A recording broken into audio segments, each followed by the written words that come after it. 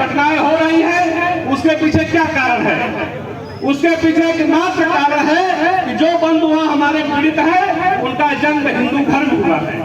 यदि वह इस्लाम में घर में हुए होते पैदा तो उनके ऊपर अत्याचार नहीं होता।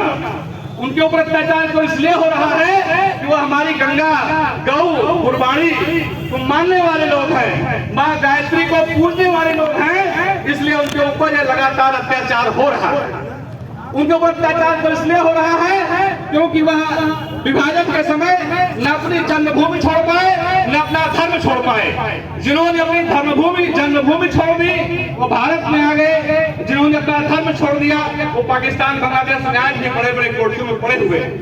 उनके ऊपर अत्याचार का मात्र एक कारण है कि वह हिंदू घर में पैदा हुए हैं और हिंदू ही मरना चाहते हैं। लेकिन यह अत्याचार उन पर हो रहा है और दुर्भाग्य का विषय है कि हम हिंदू सोए पड़े हुए हैं। देश से ही सही हम सब के अंदर यह पीड़ा होनी चाहिए कि दुनिया में कहीं भी कोई हिंदू प्रताड़ित हो रहा है तो पीड़ा हमारे दिल में होनी चाहिए। उसके लिए हमको आवाज उठाकर एक साथ स्वर में बुलंद करके आवाज अपनी जन आक्रोश प्रकट करना चाहिए। तो भारत सरकार से आग्रह करना चाहिए कि बांग्लादेश की घटनाओं में हस्तक्षेप करें और वहां पे अपने जो हिंदू भाई रह रहे हैं उनको प्रताड़ित होने से रोके। यह तो धन्य है भारत सरकार जिसने CAA लागू करके ऐसे धर्म के आधार पर पीड़ित जनों को भारत में आने का रास्ता साफ कर दिया।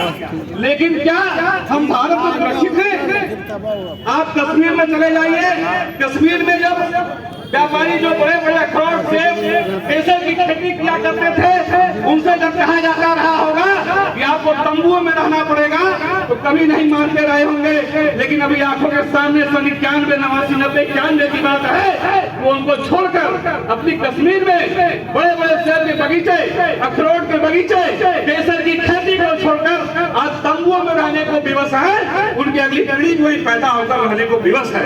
कारण क्या है कि हम सभी सदैव सोए हुए मानसिकता के लोग हैं।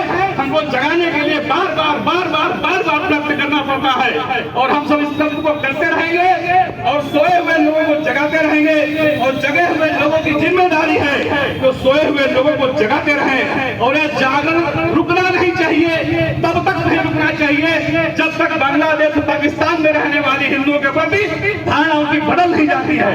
हमको उनकी धारणा बदलने के लिए अपने इस आक्रोश को और तेजी के साथ और गांव-गांव, नगर-नगर